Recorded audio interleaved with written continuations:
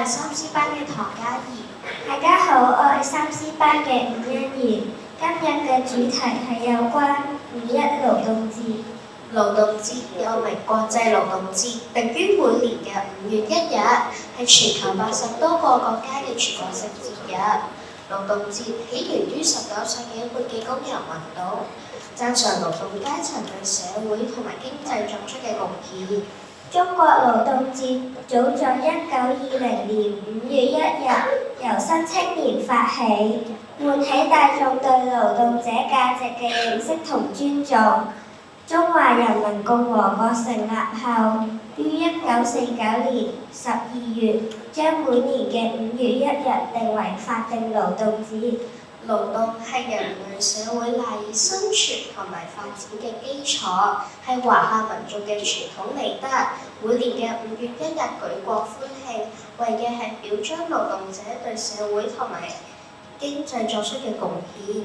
喺香港，5月1日都係法定假日，意義係讓唔同階層嘅在職人士享有一天愉快嘅假期，稍作歇息。而家我哋一齊欣賞短片。5·1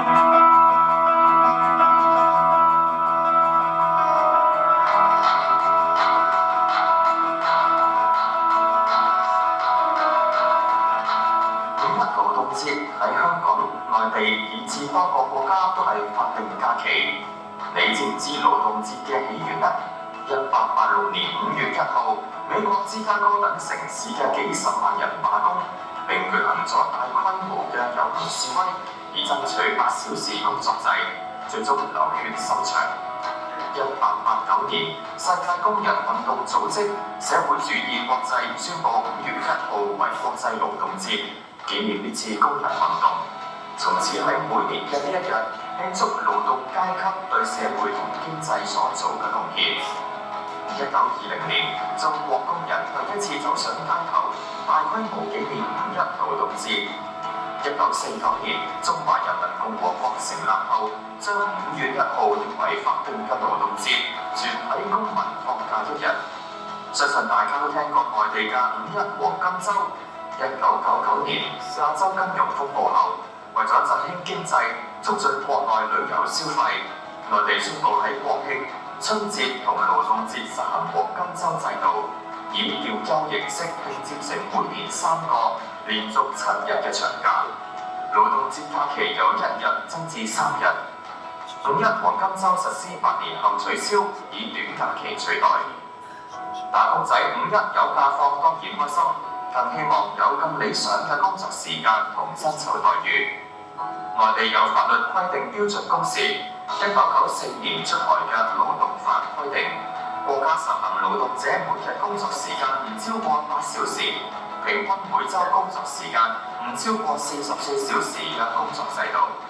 1995年5月1號，內地開始實行1週雙休制，即係5天工作制，每週休息2日。雙休制被視為國家一項重要嘅勞工福利改革。勞動法亦規定國家實行最低工資保障制度。內地所有省、自治區、直轄市人民政府都正式頒布實施咗當地嘅最低工資標準，每2年至少調整1次。由於各地經濟發展水平、生活標準亦有差異，各地最低工資不一。工資比較高嘅省市有上海、深圳、北京、廣東、江蘇等等。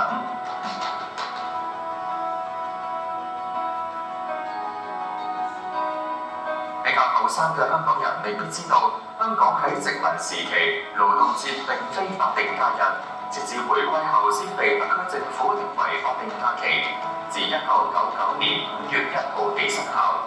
2011年5月1號，本港最低工資條例正式實施，首個法定最低工資金額定於時薪28蚊，隨後多次調整金額。